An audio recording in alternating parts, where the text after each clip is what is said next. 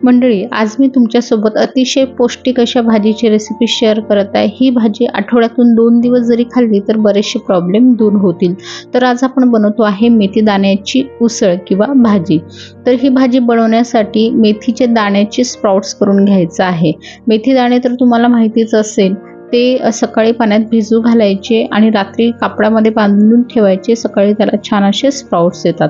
तसं हे जे स्प्राउट्स आहे ना, ते माझ्या मैत्रिणींनी मला दिले आणि त्याची मी आज रेसिपी बनवत आहे, भाजी बनवत आहे। तर तीच रेसिपी तुमच्यासोबत शेअर करत आहे।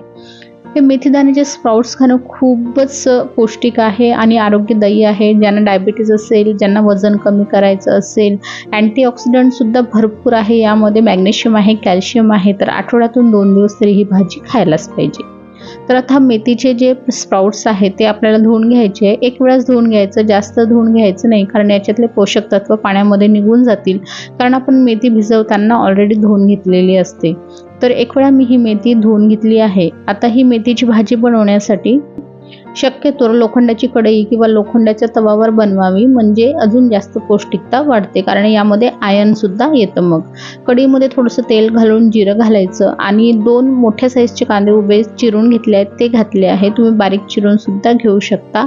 कांदे आता मीडियम फ्लेमवर आपल्याला थोडे सॉफ्ट करून घ्यायचे आहे किंवा थोडासा सोनेरी रंग होईपर्यंत परतून घ्यायचे आहे। तर कांदे परतताना तुम्ही थोडं मीठ टाकू शकता, म्हणजे लवकर परतल्या जातात, पण मी नाही टाकलेलं आहे। तर कांदे बघा थोडे सोनेरी रंगावर मी परतून घेतलेले आहेत आणि आता यामध्ये आपण टाकणार आहोत थोडीशी हळद।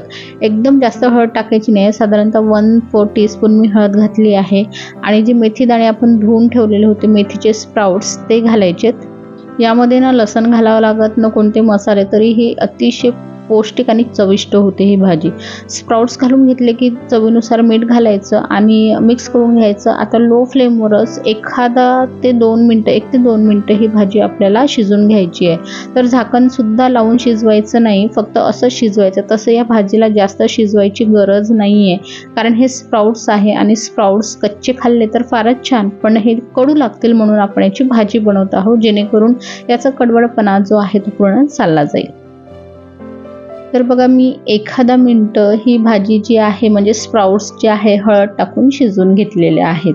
आता यामध्ये टाकायचं आहे मिरची पावडर। गरजेनुसार टाकू शकता, पण मी तर सजेस्ट करेल की एकदम थोडंच मिरची पावडर टाका, कारण जास्त तिखट झालं तर या भाजीची चव आहे ती वेगळी होते आणि जी मेथी स्प्राउट्सची चव आहे ती लागत नाही, म्हणून अगदी थोडंसं मिरची पावडर घालायचं, मिक्स करून 2-3 मिनिटं शिजवायची। जास्त शिजवायची गरज नाही आहे, जसं मी तुम्हाला आधीच सांगितलं, याच्यातले पोषक तत्व नाहीसे होतील जर जास्त शिजवलं तर, म्हणून फक्त 1-2 मिनिटं शिजवायचं। गॅस बंद करून घ्यायचा, वरून बारीक चिरलेला कोथिंबीर घालायचा आणि तयार झाली आपली जगातली सर्वात पौष्टिक अशी ही भाजी। आठवड्यातून 2 दिवस खा, पोळीबरोबर खा, भाकरीबरोबर खा, किंवा ॲज अ उसळ म्हणून नुसतंही खा, किंवा जेवणासोबत साईड डिश म्हणून सुद्धा खाऊ शकता। तर नक्की करून बघा आणि मला कमेंटमध्ये नक्की सांगा।